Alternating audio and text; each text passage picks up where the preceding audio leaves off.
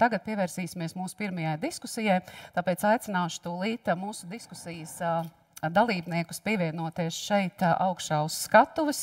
Tātad diskusijā aicinu finanšu ministru Arvilu Ašrādenu.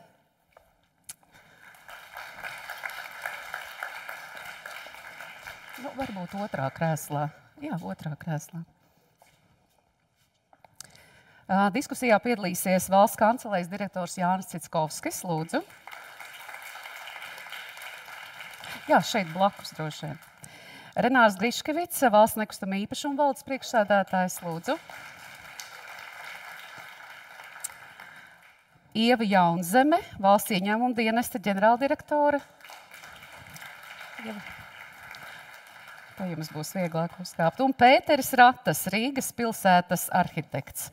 Nē, es šeit būšu, jūs varbūt. Tā, mūsu rīcībā ir arī 4 mikrofoni, jūs runātāji esat 5, tad ik pa laikam arī lūdzu kādam padot šo mikrofonu. Varbūt sāksim iesildoties tādu nelielu jautājumu, dzirdot, cik dažādas ir darbinieku attieksmes, kā strādāt un kā viņi vēlētos strādāt. Kāda darba vide svarīgi ir jums, ņemot vērā šos apstākļus, kuros mēs šobrīd esam? Vai jūs šobrīd dodat priekšroku arī būt birojā vai dalītā veidā strādāt? Ministri, lūdzu, sāciet jūs. Nu, tā pasaule strauji mainās. Es tik vienīgi ceru, ka ministram atstās galdu pie kā sēdēt. Tā man lielākā cerība. Man diezgan daudz papīra jāparaksta, kaut gan arī elektroniski, bet daži arī papīrā. Jā, Citskovs kungs, jūs? Mana vide ir laika gaitā bijusi ļoti mainīga, no pilnīga 100% darba ofisā līdz pilnīgam darbam no mājām. Šobrīd pamatā no ofisa, bet tai darba vidē ir jābūt tādai, kas nodrošina iespēju jebkādā šajā formātā strādāt, tā skaitā arī vadītājiem. Griškis kungs, jūs? Jā, es teiktu, ka man darba vide un mūsu organizācija ir svarīgi, ka tā ir iekļaujoša, atbalsta darbinieku, atbalsta organizāciju mērķu sasniegšanai. Tai noteikti jābūt tādai, kas veicina kopstrādi, kopdarbi, bet tajā pašā laikā arī dod iespēju strādāt individuāli un tādās zonās, kur var koncentrēties individuālam darbam. Noteikti, ja mēs runājam par vietu kā tādu, mēs nevaram paredzēt, kas notiks nākotnē. Līdz ar to arī darba vietai jābūt arī pietiekami mobilai, lai to varētu transformēt vienai vai otrai vajadzībai. Nu, noteikti jābūt iespēja strādāt gan klātienē, hibrīdā, attālināti. Un, ja mēs paskatāmies valsts nekustamā īpašuma, faktiski šos principus arī drosmīgi ieviesa, centralizējoties no 3 adresēm vienā, attiecīgi ietaupījām resursus no 16 kvadrātmetriem uz 10. Samazinājām platību. Mēs redzam, ka tas viss strādā, un skatoties nākotnē, kas ir būtiski, ieklausīties darbiniekos, jo darba vide mainās, tirgus tendences mainās. Mēs atceramies, un arī tika minēts šodien, kad mums valsts pārvaldē un valsts uzņēmumiem ir jākonkurē brīvajā tirgu, jāpiesaista talanti. Līdz ar to šis ir arī instruments, kā mēs varam būt piesaistošāki un piesaistīt jaunos talantus un darba spēku. Jā, jūs jau arī pieskārāties tam, ka paši esat mainījuši šo pieeju strādājot dažādās adresēs vienā, ko es arī gribēju teikt vēlāk. Un Jaunzemes kundze, jūs arī tieši šobrīd esat, protams, viena no publiskā sektora piemēriem ar to, ka, jau varētu teikt, pirms 9 gadiem no 11 adresēm valsts ieņēmuma dienests nokļuva vienā Tālējas ielā, kur jūs esat kaimiņi arī ar valsts nekustamiem īpašumiem.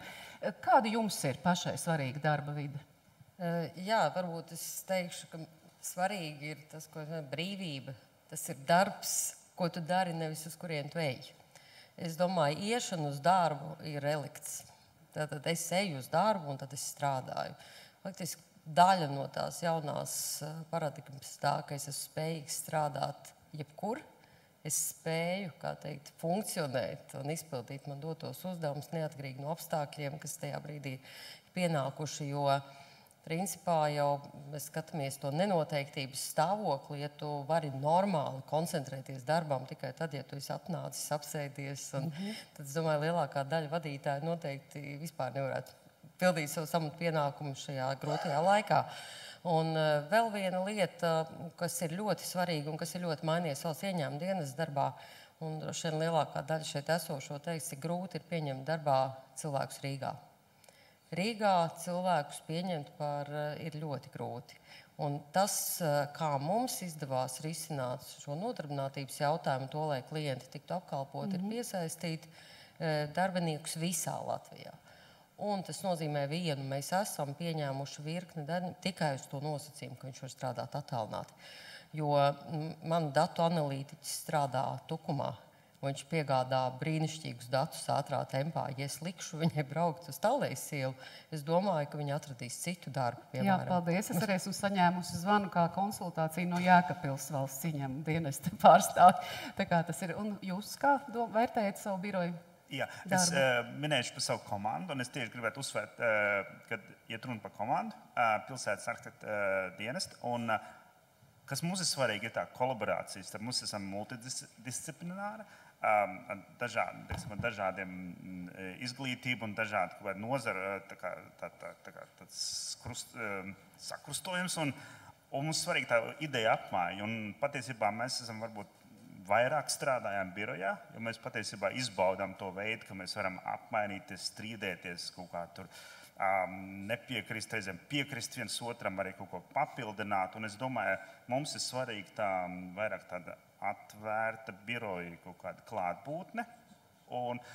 Bet arī tāpat laikā mēs kā darba specifika, mums ir svarīgs, kad ir tas galds jau visādi papīri, visādi materiāli paraugi, un tad tas būtu tas mūsu līdzsvars. Bet tā klātiena būt klāt ir svarīga. Jā, šodien mēs runājam par to vairāk, protams, kā apvienot darbus un darba vietas, kuras atrodas vairākās vietās. Un, saprotu, ka valsts nekustamie īpašumi apsaimnieko 7 ministriju ēkas. Un šī ideja nākotnē varētu būt, par ko arī top šis konceptuālais ziņojums, kas ir sagatavošanās procesā, ka varētu būt no 10 adresēm valsts pārvaldes iestādes nonākt uz 2, kas iespējams ir šī Elizabetes iela 2 un vēl Kronvalda ielā šeit viena ēka. Griškevičs kungs, cik daudz ēkas un iestādes ir tādā stāvoklī, ka tām faktiski vajadzētu pārvietoties uz citu adresi? Kas arī pamatot šo nepieciešamību pēc valsts biroja? Jā, jāsaka vairāk nekā gribētos. Ja mēs paskatāmies kopā, tad valsts pārvaldes institūcijas vairāk ir koncentrētas Rīgā, Rīgas centra rajonā. Kopā mēs runājam par 219 ēkām ar kopējo platību tuvu 420 000 kvadrātmetru. Tā ir milzīga platība. Un uz doto brīdi, kā tad ir telpu izvietojums publiskajā sektorā. Aptuveni 65% ir kabinetu izvietojums. Un joprojām aptuveni 86% pēc Kolieras pētījuma strādā hibrīdā vai attālināti. Tas nozīmē, ka faktiski brīvās platības ir gana daudz. Ja mēs paskatāmies dziļāk no telpu stāvokļa, tad arī šeit ir pietiekami liela uzlabojuma, kas būtu jāveic nākotnē, jo tikai B1 kategorijā atbilst aptuveni 17,5% biroja ēku publiskajai pārvaldei. Un viss lielais vairums, pāri 80%, ir B2 vai sliktākas kategorijas ēkas, kas vēsturiski tika būvētas kā īres nami, kā dzīvokļi, un attiecīgi laika gaitā pielāgoti valsts pārvaldes vajadzībai.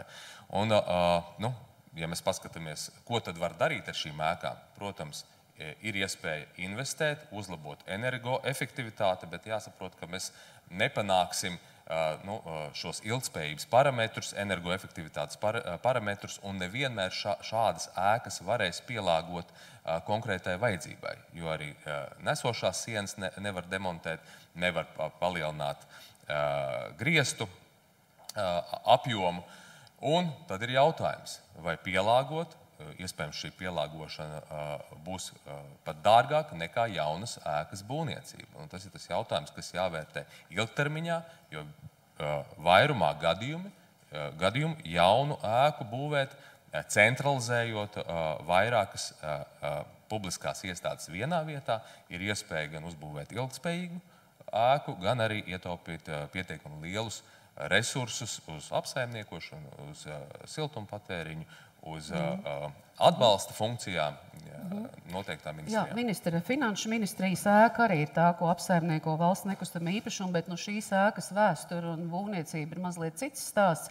Bet jūsu viedoklis, protams, zinot šo tēmu jau pirms tam, vai valstī būtu jādomā pirmkārt par jaunu ēku būvniecību un konsolidēšanu tur, vai esošo māju renovāciju? Tas, protams, ir finanšu jautājums. Protams, jā, bet ir vairāk aspekti. Viens ir praktiski saimnieciskais aspekts. Daudz māju, viņām kaut kas jādara, un tie ir veci dzīvokļi. Ekonomikas ministrija laik pa laikam izkrīt cauri uz apakšējā stāvu, vai kāds apmetuma gabals nokrīt nost. Tik traki. Jā, tur ir traki, tur ir pēdējā aizētā māja, un vēl daudz citas mājas. Ir citas mājas, kur pusministrija ir aizgājis prom, pustukšas, un kas tik viss tur nav. Ir tas praktiskais aspekts. Tad otrs aspekts, kas, manuprāt, ir ļoti, ļoti, ļoti svarīgs. Un viss to, ko mēs šeit dzirdējām, ir pasaule ļoti, ļoti ātri mainās. Tagad milzīgā ātrumā. Un viņveidīgi iet visi prom no biroja, tad atkal drusku atpakaļ, tad atkal varbūt visi. Un tad tā ir milzīgi dinamisks process. Tad vēl viens process, kas notiek paralēli tam visam apakšā, ir, man liekas, precīzāk ir bijis OECD, kas ir vērtējis Latvijas tirgu nākamo 10 gadu laikā starp 60 un 70% profesiju nomainīsies. Vienkārši tas nozīmē, ka tajā, kā mēs strādājam, tāda vairs nebūs vajadzīga. Mums jāiemācās kādu jaunu lietu, ko darīt. Un tas attiecās patiesībā uz valsts pārvaldi. Ja? Valsts pārvalde ir diezgan konservatīvs dzīvnieks, bet tas arī mainās. Tad vēl viena lieta ir, valsts pārvalde ir ļoti fragmentēta. Ļoti fragmentēta, un visi pārmet to, ka valstī ir 13 karalistes, tas ir 14 ministrijas, katra tur pa sevi, un katra tur neko negrib dzirdēt par citiem. Patiesībā tas vienīgais efektīvais veids ir strādāt kā vienots valdības koncepts. Viena valdība tā ir. Patiesībā dažādi ministri, dažādi virzieni, bet tā ir vienota valdība. Un vēl viena lieta, kas tūlīt mainīs arī visu valsts pārvaldes jautājumu, ir automatizācija. Ja? Tātad mēs skatāmies, tas ātrums, ar kādu attīstās mākslīgā intelekta risinājumi. Patiesībā saka to, ka valsts pārvaldē ir ārkārtīgi daudz cilvēku, kas dara monotonu darbu, saņem vienu atskaitu un iečeko citā atskaitā iekšā. Tas ir ļoti īsa laika jautājums patiesībā. Ja valdībā būtu viena aģentūra, kas ar to nodarbotos, tad mēs diezgan ātri dabūtu ārā veselu lielu skaitu cilvēku, kas patiesībā ar to varētu nenodarboties un darīt daudz svarīgākas lietas, kā tiešām gudras mērķētas politikas analītika, par ko pieminēja valsts ieņēmuma dienesta direktori. Ja? Tas tiešām ir milzīgi datu ezeri, viņi jāanalizē, jāsaprot, ko to darīt. Lūk, šī gadījumā savalkot to visu kopā ir nākamā lieta, valsts pārvaldē ir jāmainās. Jādomā pilnīgi savādāk, ir jāiet uz vienas valdības konceptu, vienotas valdības konceptu, un jāmeklē risinājumi, kādā veidā no tās fragmentācijas iet uz vienotu risinājumu arī telpisku. Ja? Un jādomā, kādā būvē mēs atrastos. Ja? Ja mēs skatāmies, mēs neesam galīgi oriģināli šo, kā parasti mēs tā kā visi izdara, mēs arī sakam, beidzot mums arī par to jādomā. Ziemeļvalstis, arī Igauni ir sāk likt ministrijas kopā, ja? Un ministrijām ir milzīgas sinerģijas. Viena lieta, pie kā mēs šobrīd strādājam, piemēram, ir vienots grāmatvedības risinājums. Ja? Šobrīd tas likās kādreiz neiedomājami, iet ļoti grūti, pretestība milzīga. Tas bija kādreiz, kad ievies Stellas, te lauza viņas. Ja? Šobrīd arī neviens negrib to vienoto grāmatvedību, bet tas jau ir korporatīvā pasaule, to pazina jau sen. Bet, ņemot vērā jūs teikto, jūs virzaties, protams, uz šo vienoto valsts pārvaldi, bet kādās ēkās tad? Un tas būtu vienotā ēkā, vienotā valdības ēka kompleksā. Tas, kas būtu nodalāms, viens būtu centrālais, kur atrastos ministrijas, ja? Otrs būtu, kur atrastos aģentūras. Ja? Teiksim, tas jautājums viņš var būt dažādās. Jaunā vai renovētā? Es domāju, ka varētu būt gan. Es domāju, tam vajadzētu būt hibrīdam risinājumam, jo tad mēs nonākam pie trešās daļas. Ja? Tā būve, kā viņa izskatās, viņa arī noteiktā veidā simbolizē moderno Latviju. Ja? Un tad bija ārkārtīgi interesanta diskusija, ka prezidents ievācās pilī, ja? Rīgas pilī, un tad bija diskusija, vai tā Rīgas pils izskatās pēc kā viņa izskatās. Un toreiz uzvarēja Landsmaņa kungs, ja? Un tur karājas visādi Stefan Batorija un Zviedru karaļi un kas tur. Ja? Un tam patiesībā patiesībā ir samērā maza nozīme un saskaņa ar modernu Latvijas valsti. Nopietni, ja? Tā pilī tāda sajūta, ka tie ir muzejā un tad sēd muzejā. Tur, ja? Tam nav nekāda sakara ar modernu Latvijas valsti. Tas nereprezentē. Ir dažas protams, Anša Cīruļa zāle, kas reprezentē Latvijas valsts, kur jau bija pirmās valsts lietas, bet ļoti daudz lietas ir šādas. Un patiesībā katrs laikmets uzliek vienu ļoti svarīgu. Mēs šajā laikā tas ir izveidots un tas atbilst tiem laikam. Ja? Un tā diskusija toreiz aizgāja, atcerieties, strīdējās Lasmaņa kungs ar Gailas kundzi, ja? Sastrīdējās, ka tagad vairāk nerunā, ja? Savā starpā, bet tā bija ļoti svarīga diskusija. Ja? Un mums, piemēram, arī parlaments. Parlaments izskatās ir tāda Muižas replika. Ja? Tā ir viduslaika bruņniecības pils, ja? Kurā ir, un tas samērā maz izskatās aizies citu valstu Skandināvijas parlamentā. Riksdāgā ir vecā zāle un jaunā zāle. Jaunā zāle runā par modernu Zviedriju. Ja? Un šitiem te mums arī, ja mēs runājam par vienu valdības ēku, mums jārunā par moderno Latviju. Ja? Mēs esam vienā birojā, tur nevajag pārspīlēt. Nav nekas jāapzeltī vai kaut kas tāds, bet tam ir jābūt modernam, funkcionālam, tā ka mēs ienākam vienā modernā Latvijā. Paldies. Pagaidām Citskauska kungs. Ir daudz runāts, protams, arī par mazu efektīvu pārvaldi. Vai jūs atbalstat šo ideju, ka ir jābūt šai vienotai telpai, efektīvākai arī līdz ar to strādāšanai, paredzot visus šos aspektus, ko mēs runājām, gan par darba vietu zaudējumu, gan par darba vietu aizstāšanu ar dažādām sistēmām, kas arī zināmā mērā pātrinātu šo valsts pārvaldes darbu? Ja, šis ir jautājums, ar ko mēs kopā jau ar valsts nekustamiem īpašumiem strādājam vairākus gadus pie šī vienotā koncepta. Un šis darba vietas jautājums ir būtisks sastāvdaļa šai modernai valsts pārvaldei. Un turpinot to, ko finanšu ministrs teica, ja darba vieta valsts pārvaldē būtu tā, kur jaunie talanti, tie cilvēki ar radošām idejām un ar zināšanām, kur vēlētos strādāt, kas dotu to iedvesmu, darba vieta, kura ir moderna, kur ir tehnoloģijas, kur ir infrastruktūra. Mēs dzirdējām tikko pirms mūsu diskusiju šajā pētījumā, kas ir tas, kas cilvēkus satrauc, kas motivē. Un ja mēs spētu nodrošināt to, ka cilvēki vēlas strādāt publiskajā pārvaldē un darba vieta ir tas, kas viņus stimulē strādāt, tad tas, es domāju, būtiski izmainīt arī to, kā publiskā pārvalde strādā, kāds ir publiskās pārvaldes sniegums, kā mēs spējam sadarboties, izveidojot šo vienoto darba vidi 13 ministrijām kopīgu. Ja tas mums dod šo pienesumu, kā mēs spējam sadarboties un risināt dažādus horizontālos jautājumus, tad tam ir milzīga pienotā vērtība. Ne tikai formāli ēka, bet tas saturs un substance, ko mēs spējam sniegt, un tas pakalpojums. Tas ir tas, kas ir mūsu mērķos, bet ir tie izaicinājumi, ko finanšu ministrs minēja. Mēs šobrīd skatāmies no šodienas, kas būs pēc 5-7 gadiem tajā brīdī, kad tiks izveidots šis vienotais. Jāspēj nedaudz futūristiski skatīties uz priekšu, kas būs tās darba metodas. Jā, labi, tad, protams, ka šī ir tikai diskusija, bet pēc brīža tad domāsim tiešām, vai arī konkrēti šīs Elizabetes ielas 2 nams varētu būt viens no risinājumiem un kādi soļi konkrēti ir jāspēr. Bet, Pēteri Ratas, es jums gribētu jautāt, šobrīd ir arī ikgadējā arhitektūras nedēļa, kuras starp citus tieši vakar šajā ēkā notika arī starptautiska ekspertu gan vizīte, gan arī diskusija par padomu modernismu Baltijā starp nacionālo mantojumu un koloniālo pieredzi. Un šeit, protams, tika runāts arī par to, ka jā, daudz šis modernisms, padomu mantojums, daudz pasaulē arī par to domā, kā to saglabāt, bet, protams, tad ir jautājums par izmaksām, kādā veidā to var uzturēt, cik daudz ir nepieciešams tajā ieguldīt. Kā jūs vērtētu, cik liela nozīmība ir arī šādas ēkas vispār ieviest arī valsts pārvaldes lietošanā, saglabājot arī faktiski tādu kultūrvēsturisku mantojumu? Es domāju, mums jābūt pirmkārt saimnieciskiem. Mums ir tās lietas, kas mums ir. Viņas nāk ar savu identitāti, raksturu, kaut kāds raksturs mums patīk, nepatīk, bet mums kā valsts pārvaldē, es domāju, būtu jārāda piemērs, ka mēs neesam izšķērdīgi, ka mēs tās lietas, ko mēs varam izmantot, mēs viņām pielāgot nākotnes, mūsdienu vajadzībām. Un modernismu ēkas pēc savu tā atvērtā kaut kāda dzelzbetona tāda struktūra, viņa ļoti viegli padodās tā kā tāda moderna hibrīda biroja izmantošanai.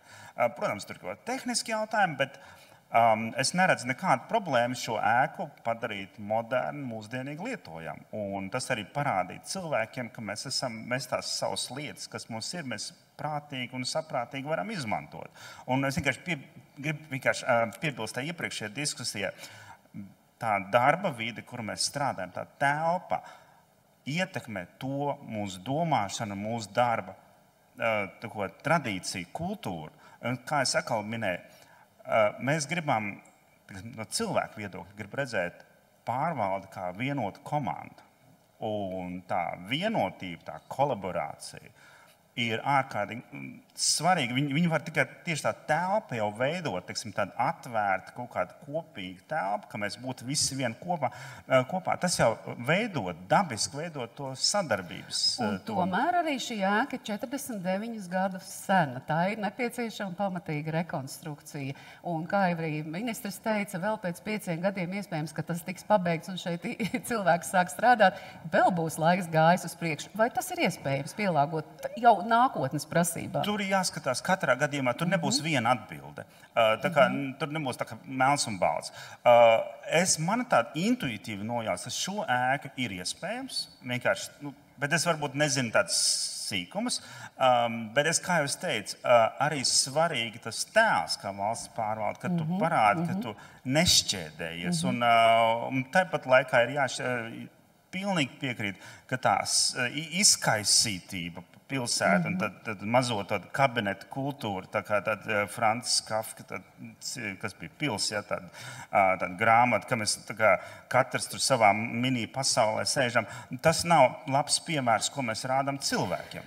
Jā, es tikai vēl gribēju pateikt, ka es jums pilnīgi arī piekrītu, un ja drīkst izteikties no savas puses, man arī vienmēr liekas, kurš būs drosmīgais, kurš izvēlēsies, piemēram, strādāt stabilas mājā, neskatoties uz stereotipiem un aizspriedumiem, kas tur bijis līdz tam. Arī tā ir skaista ēka, kurā cilvēks varētu strādāt. Ministrs nepiekrīt. Labi, bet iesaistīsim vēl tūlīt pirms nākamā jautājuma apļa Jaunzemes kundze. Bet jūs pretēji esat pilnīgi jaunas ēkas, energoefektivitātes ēkas apsaimniekotāja, saimniece šobrīd. Un pie ēkas nodošanas toreiz, tātad jau pirms 9 gadiem, tik minēti 14 dažādi energoefektivitātes piemēri, kas šajā ēkā ir ieviesti. Jūs tātad, labi, to mēs tagad neizskatām, bet tieši šo kopējo strādāšanu vienā vietā jūs jau ieskicējāt pirmajā atbildē, bet varbūt jūs varat papildināt vēl kaut ko. Jā, es gribētu teikt, ka saimnieks vēl joprojām ir Kriškevis kungs. Mēs esam tikai īrnieki. Tas ir ļoti svarīgi. Jā, bet jūs katru dienu atverat šīs durvis. Nē, es vienkārši gribēju teikt to, kas ir ļoti svarīgi, par to, ar ko katrs nams asociējās. Šajā gadījumā mēs ļoti aicinām vairāk pievienoties šajā ēkā tieši dēļ šīs efektivitātes. Jo ko mēs darījām, tas, ko es ļoti novērtēju. Es bijusi 2 ofisos centrā, 2 ministrijā, var pateikt, ka skopais maksā 2 reizes, un tas, ka, ja nedomājam ilgtermiņā, tas ir daudz dārgāk. Es personīgi uzskatu, ka tie remontiņi un pieremontiņi, kas tiek darīti tajās bijušajās daudzdzīvokļu mājās, ir zemē izmest naudu, atvainojiet. Tāpēc, atnākot uz Talējas ielu pirms 5 gadiem, es ļoti novērtēju to, ka tev ir jauns, piedodiet, netek ūdens pagrabā. Vēl citas lietas, kam tiek tērēts ļoti daudz naudas šobrīd šeit centra ēkās. Un nākošais, tad, kad bija pagājuši gadu jātaupa apkure un ir iespēja atslēgt pa zonām apkuri, ir iespēja darīt daudzas lietas, ko vecajās mājās nevar izdarīt. Paldies manam kolēģim arī par mēs esam izdomājuši arī efektīvākus apgaismas risinājumus. Tas viss ir iespējams tikai tad, ja ir šī jaunā infrastruktūra. Tāpēc es domāju, tas drosmīgais lēmums, kur es ceru beigās pieņems valdība, ka ir jābeidz šī naudas. Ir tāda latviešu teiciena dažādi, tā izplakarēšana pa bišķiņam kādā stūrītī kaut ko pielabojot. Nevar, tas ir tikai īstermiņā izskatās lētāk. Un, jāsaka, 7 gadus atpakaļ mums bija ļoti skaidrs plāns ekonomikas ministrijā, kā mēs ar iestādēm šajā mājā varēsim atrasties. Un mums tiešām bija skaista vīzija, kā tas viss varētu notikt. Diemžēl tam visam tika pielikts punkts.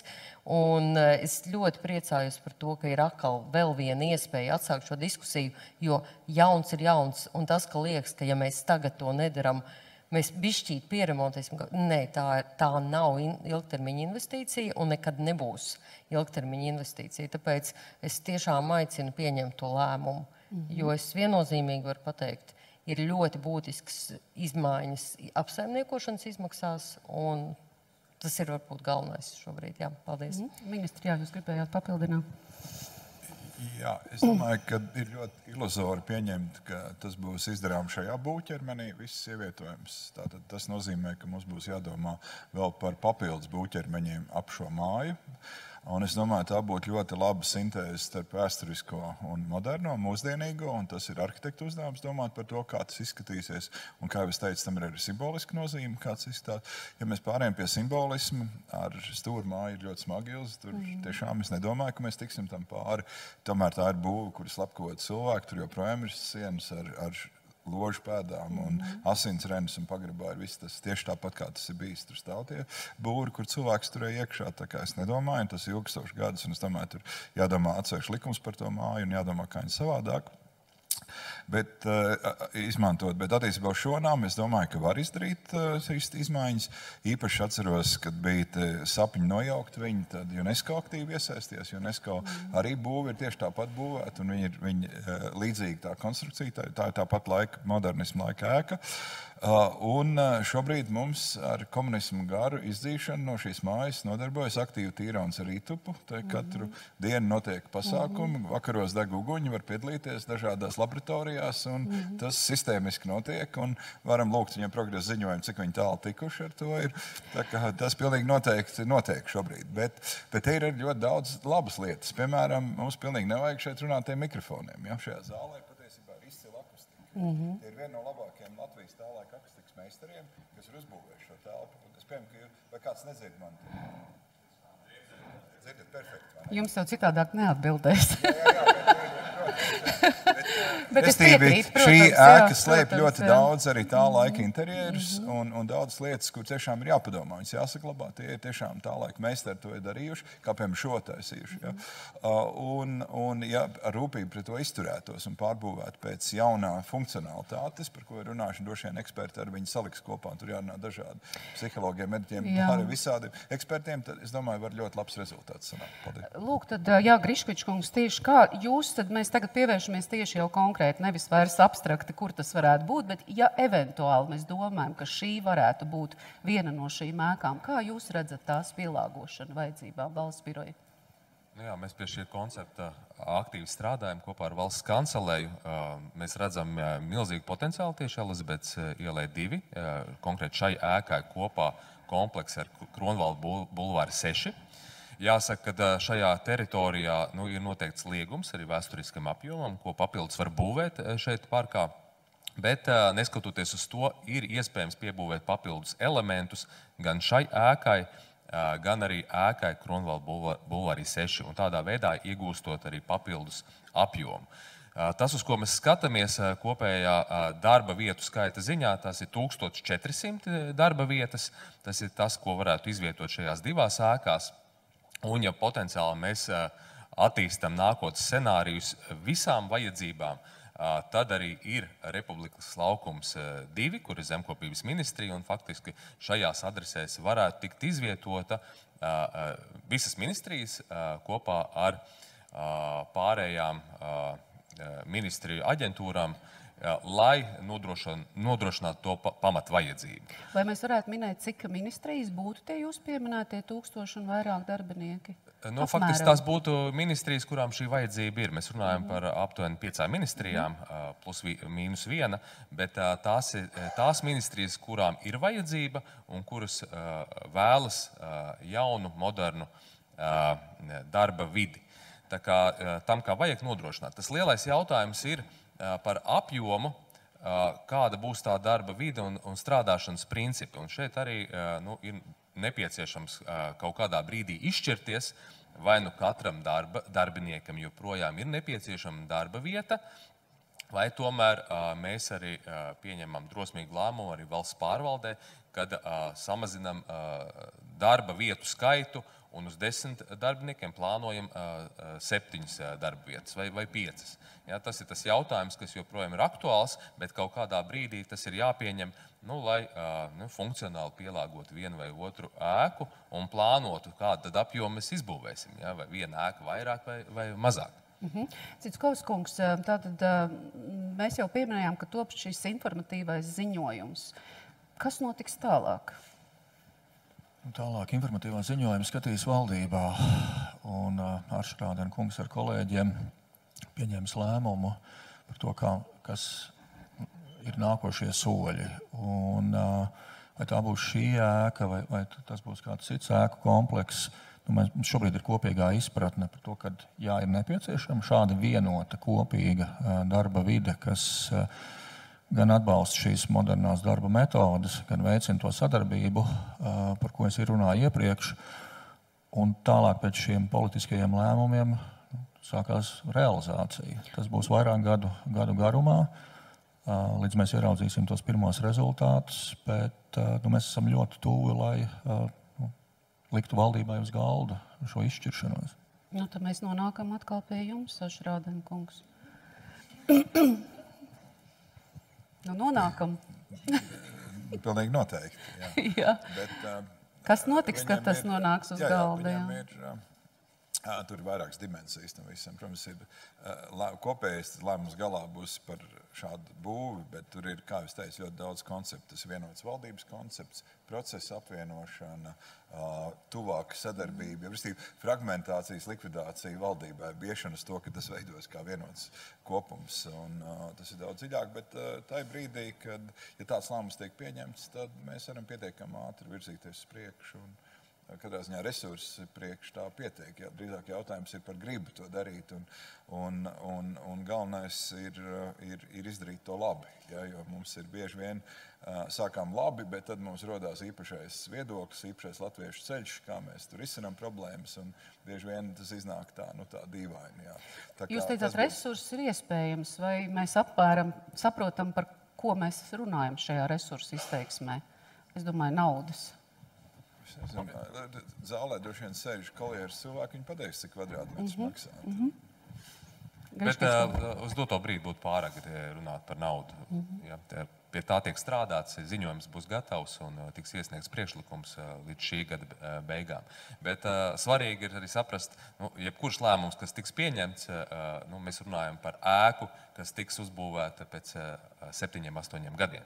Ja, tas šodienas lēmums ir par tālu nākotni. Un, ja nav lēmuma, tad attiecīgi šī nākotne ir neskaidra. Jā. Piebilst visas valdības, kas ir rēķinājušas tos apvienošanu. Pamatā tā būtu būvēt no tās līdzekļu ekonomijas, kas rodās apvienot ministrijas. Tādēļ es teicu, ka resursi tam nebūtu problēma. Tas ienākuma avots būtu diezgan skaidrs. Protams, ka nav šaubu par efektīvāku un nepieciešamāku valsts pārvaldi ne tikai ikdienas darbā pēc būtības, bet arī par visu ēku apsaimniekošanu un tā tālāk.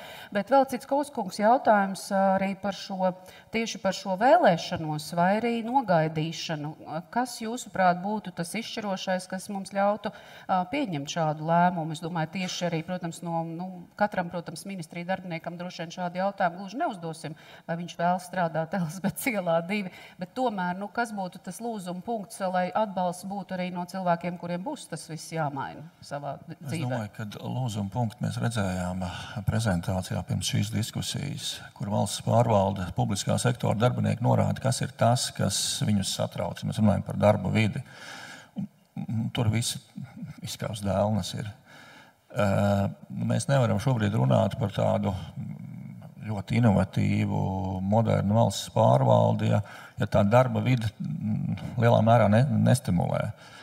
Un ir pozitīvie piemēri, bet es negribu piesaukt visus tos bēdīgos stāvokļus ar policijas iecirkņiem un citām iestādēm, kur jau ienākot šajā telpā, tev nekas radošs galvā. Mēs, protams, varam runāt par to, ka visas Amerikas inovāciju kompānijas ir radušās garāžā. Ja?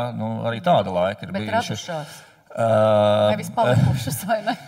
Bet tiešām no garāžas viņi šobrīd sēž modernos ofisos. Un tas ir tas, kas mums ir jāizdara. Mums ir jārada tā vide, kur cilvēki tiešām spēj strādāt un radīt to pakalpojumu iedzīvotājiem jau nākošajā kvalitātē.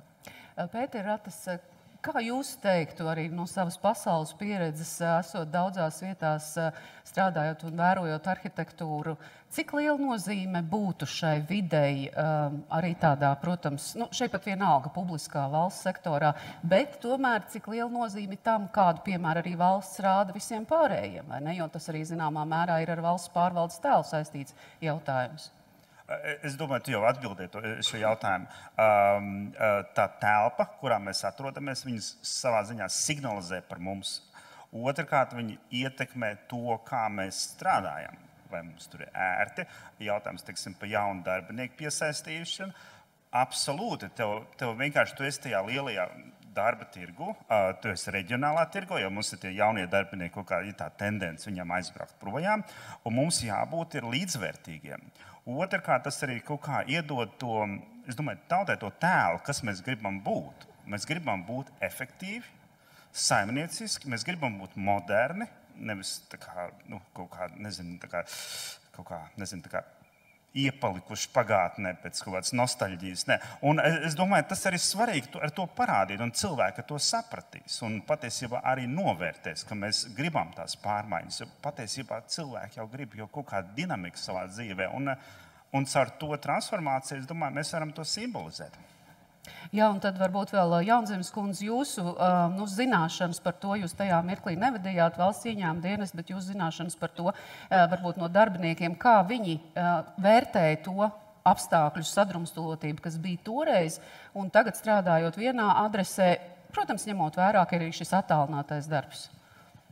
Es gribētu teikt, ka laikā, kad mums piemeklēja pandēmija, visi laikam aizmirsa visu iepriekšējo, jo iestājas pilnīgi jauni izaicinājumi.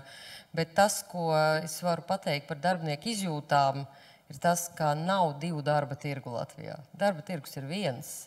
Un, ja valsts pārvalde nespēja piedāvāt līdzvērtīgus nosacījumus, kā privātais sektors, mēs nevaram piesaistīt darbiniekus. Un ar to ir jārēķinās. Jaunai paudzei ir citas prasības. Vecākā paudze var daudz ko piecies droši vien, bet viņiem, jebkurā gadījumā, arī tomēr viņi redzējuši, kā ir labi, kā ir jābūt. Tāpēc, ja mēs domājam par šīm izjūtām, kā es teicu, svarīgi, un tas, ko visi pieminēja, svarīgi, lai tajā vietā tās domas raisītos. Un ja viņas tur raisās, vai viņas raisās attālinātā vidē, vai viņas raisās uz vietas, bet viņām ir jābūt tiešām vietai, kur tu jūties, kur tev viss ir, kur tev ir ko elpot, kur tev ir nav sauss, kurā visas šīs lietas, ko arī pieminēja, jo tas klimats, vai kā, es zinu, ka agrāk, ievācoties, es toreiz nebiju, teicu, ir citādāks gaiss. Priekš tam mūsdienās ir izdomāti visādi mērītāji. Nav jau jādiskutē vairāk izjūtu līmenī par to, kā es jūtos ofisā. Priekš tam ir dažādi mērījumi. Pateikt, jums šeit ir ok, te ir mitrums pietiekami, gaisa ir gana. Un es domāju, ka tas ir galvenais, lai visi to arī tam sekotu. Tāpēc šajā brīdī tas, kas, man liekas, ir pats svarīgākais, ka mēs spējam abstrahēties no tā, ka šodien mums ir tā, mums ir jāspēj tie 5-7 gadus priekš redzēt, jo mēs esam zaudējuši ļoti daudz laika. Un varbūt nobeigumā es par šo tēmu interesējos gana sen, un es atceros, ka bija laiki, kad tie ofisi, ko tagad uzskata par normu, bija tikai augstākā līmeņa organizācijām. Un skaties tās bildes un saka, wow, tagad tu aizēji normālā ofisā, tagad tā ir ikdiena. Un nevar valsts pārvalde sēdēt 1914. gadā būvētā ēkā, kurā ir mazi skabūzīši ar durtiņām, visi aiztaisiet un sēž. Tur nē, tā nav mūsdienas. Tas jaunais cilvēks ienāk, ko viņš tur ierauga. Viņam tādu darba vietu nevajag. Viņš labāk grib iet strādāt tur, kur ir savādāk. Tāpēc galvenais ir saprast, ka dzīve mainās. Un nevajag gaidīt tikai Paldies. Jā, mēs plānotos jautājumus esam diskusijas apļos paskatījušies, bet mums arī ir jautājumi no zāles. Šobrīd ir 2. Pirmais, kāpēc runa ir tikai par 5 ministriju izvietošanu kopīgās telpās, nevis par visām 12 ministrijām? Griškits kungs, varbūt jūs? Gala lēmums jau vēl nav pieņemts, jā, bet jāsaka, ka ir noteikts ministrijas, kurām ir arī kaut kādi ierobežojumi un kuras varbūt arī nevar pārcelties. Nu, pieņemsim, kā aizsardzības ministrija vai specifiski ārlietu ministrija, kur ir noteiktas telpas. Vienā gadījumā tās ir dēļ drošības aspekta, otras dēļ reprezentācijas aspekta. Jā. Līdz ar to tur tā vajadzība nav, un šīs konkrētās divas ministrijas mēs neizskatām. Jā. Jā, labi, paldies. Varbūt vēl kāds gribēja komentēt, kāpēc tā tas būtu. Laikam atbildi visaptveroši. Un otrs jautājums, vai ir stratēģija, lai panāktu vienotas valdības konceptu? Nu, no šai idejai. Nu, tad ministri jums droši vien jāmēģina domāt par konceptu. Līdz galam vēl nav, bet mēs esam sākuši. Valsts galvenais ierēdnis aktīvi cīnās šobrīd ar vienotu grāmatvedību. Un tas jau ir pirmais lielais solis. Ziniet, kā ceļā pirmais solis visgrūtākais, tad jau nākamie nāks. Un es ceru tur dabūt zinām dinamiku šajā lietā. Un tad jau arī mēs arī runājam par... Šobrīd runājam arī pilnīgi jaunu plānošanas, citu veidu plānošanas metodi, kas būtu orientēta nevis tā kā mums liek tie budžeti, bet ar mērķtiecīgu budžeta formu, mainīt arī to, tā kā ir daudz soļu, un es arī redzu, ka tas Kaus kungs pie daudzām lietām strādā, kas ir apzināti vai neapzināti, lai tuvinātu šīs te valdības struktūras. Šis arī viens no soļiem, bet tā kopumā viņi ir gaisā, bet tā, kad viņi būtu noformulēta kā teiksim tā, angliski tāda single government koncepcija, tāda vēl nav. Jā. Paldies. Jā, un tad ir jautājums, vai jūs paši esat gatavi darboties aktivitātēs balstītā birojā? Tātad, ja man ir jāpadomā, tad es eju uz vienu telpu, ja man jāstrādā pie datora, es no skapīša iespējams paņem savas personīgās mantas un eju pie datora, kurā pirms stundas vēl strādāja kāds cits. Nu, kurš vēlas padalīties? Jā, lūdzu. Absolūti. Jā. Es domāju, vienkārši no savas pieredzes, atrodoties izolētos kabinetos, mēs vienkārši sev aizveram acis uz to, kas mums apkārt notiek. Un ja atkal no savas pieredzes šobrīd Rīgā mums visu laiku sadarbība ar citiem departamentiem, un kā mēs vienkārši gribētu, ka viņi ir kaut kur tuvumā, teiksim, ātri otrā pusē, ka mums radītos tās neformālās saites un vienkārši zinātu viens pa otru. Otrkārt, reizēm jau tā, ka mēs strādājot, nav tā, ka mums jāsēž pie galda. Mēs runājam, mums ir sapulču telpas, koncentrācija, aiziet uz kaut kādu sapulču telpu vienkārši uz brīdi klusumā. Tad mēs esam atvērtā birojā, kur mums rodās tā sadarbība ar citiem kolēģiem. Un no savas pieredzes uz priekšu daram tā. Jā. No manas pieredzes, pirms pievienoties valsts nekustamajiem īpašumiem, mana pieredze bija strādāt savā kabinetā. Ja? Un līdz ar to, ja man būtu iespēja izvēlēties kabinets vai aktivitātēs bāzētas birojas, droši vien dēļ pieredzes es izvēlētos kabinetu.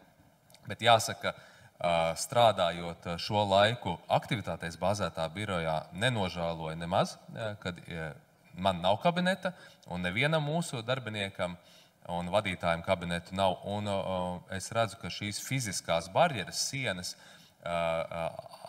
atver vaļā to sadarbību un uzlabo sadarbību komunikāciju starp nodaļām, starp vadītājiem, starp darbiniekiem. Tā kā arī fiziskām sienām šī barjera, viņa faktiski ir. Jā, paldies jums par atbildēm, bet varbūt vēl pašā noslēgumā, vai jums arī pašiem ir zinām un esat pētījuši, es arī jautāju Colliers pētījumiem, ka tieši tāds griezums nav skatīts, par kādu efektivitāti mēs varam runāt, ja mēs mēram par izdevumu kā kritēriju vai tiešām arī apsaimniekošanas izmaksas kā kritēriju, ja mēs domājam par šo vienoto biroju un par izkaisīto. Vai jūs zinat šādus mērījumus, kas pastāv, efektivitātes atšķirības un kas ir kritērija pamatā? Es varu viennozīmīgi tad, kad mēs rēķinājām to iespēju, ka ekonomikas ministrijā visām iestādēm būtu šeit, mēs redzējām to efektivitātes kritēriju. Jo katru gadu mēs kaut kādu naudiņu veltījām kaut kādiem remontiem, plus mēs nevarējām, kāda tā apkurs sistēma ir, tāda ir. Ir ļoti daudzas lietas, kas ir izmērāmas uz laikas cik tu samaksā un cik tas varētu maksāt pa jaunam. Ja? Un, protams, tam pretīm nāk tā investīcija. Un tas izkaisītības elements noved pie tā, ka tev ir dažādi apsaimniekošanas modeļi, tev ir dažādi ēku stāvokļi. Es domāju, un par to, kādam ir jāmaksā, un par to, un kā tas kompromiss tiek veidots. Ja jau visam naudas nepietiek, tad kaut ko atliek līdz brīdim, kamēr tiešām tā truba tek tajā pagrabā. Un tad citu neko nedara. Ja? Un tad es arī ar kolēģiem no ekonomikas ministrijas runāju. Ja tad vienā stāvā pa labi ir viena bilde un pa kreisi ir pavisam cita. Un varbūtība, ka izmainīsies, nav nekāda. Tāpēc to visu var saskaitīt. Tas tiešām viss ir saskaitāms un izmērāms. Varbūt vēl kāds noslēguma vārds šai sakarā, lai lielāka motivācija lēmumu pieņemšanā.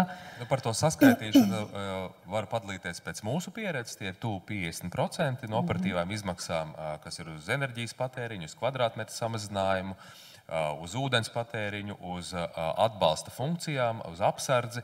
Tā kā tur salasās pietiekami liels cipars. Ja mēs skatāmies uz Elizabetes ielas 2 potenciālu attīstību, tad arī mēs redzam, ka šāds ietaupījums varētu būt operatīvajās izmaksās, apsaimniekošanas izmaksās, bet, protams, jārēķina detaļās. Tā kā liels potenciāls tam ir. Un tad arī stāsts, vai šī attīstība un renovācija varētu būt tā fiskāli neitrāla, ja, un kāda būtu ietekme uz budžetu. Ja. Tad mēs redzam, ka ilgtermiņā pilnīgi noteikti, jo arī šīs vecās ēkas, viņas ir jārenovē. Un ja mēs ieguldam šo ēku renovācijā, šis ieguldījums noteikti būtu lielāks. Tas, kas notiek, ir, šie jautājumi arī tiek atlikti, dēļ varbūt nepietiekošā finansējuma, ja, un netiek izdarīts viss, kas ir vajadzīgs. Jā, paldies. Jā, ministri, bet vēl jūsu atbildi. Jā, šeit es redzu mega ekonomijas. Vispirms valsts iestādes atrodas mājās, vecās būvēs, nepiemērotās, pustukšās. Un tur viena tāda interesanta lieta valsts, un kāpēc viņas atrodas, tāpēc viņas nemaksā īres maksu. Un nav arī amortizācijas izdevumi. Tā māja tiek eksploatēta līdz, kamēr vienā brīdī viņi sašķiebjās, un tad, vai kaut kas izgāžās, un tad tiek meklēta resursi, Finanšu ministrija meklē 10, 20, 30 miljonus, lai viņi saremontētu.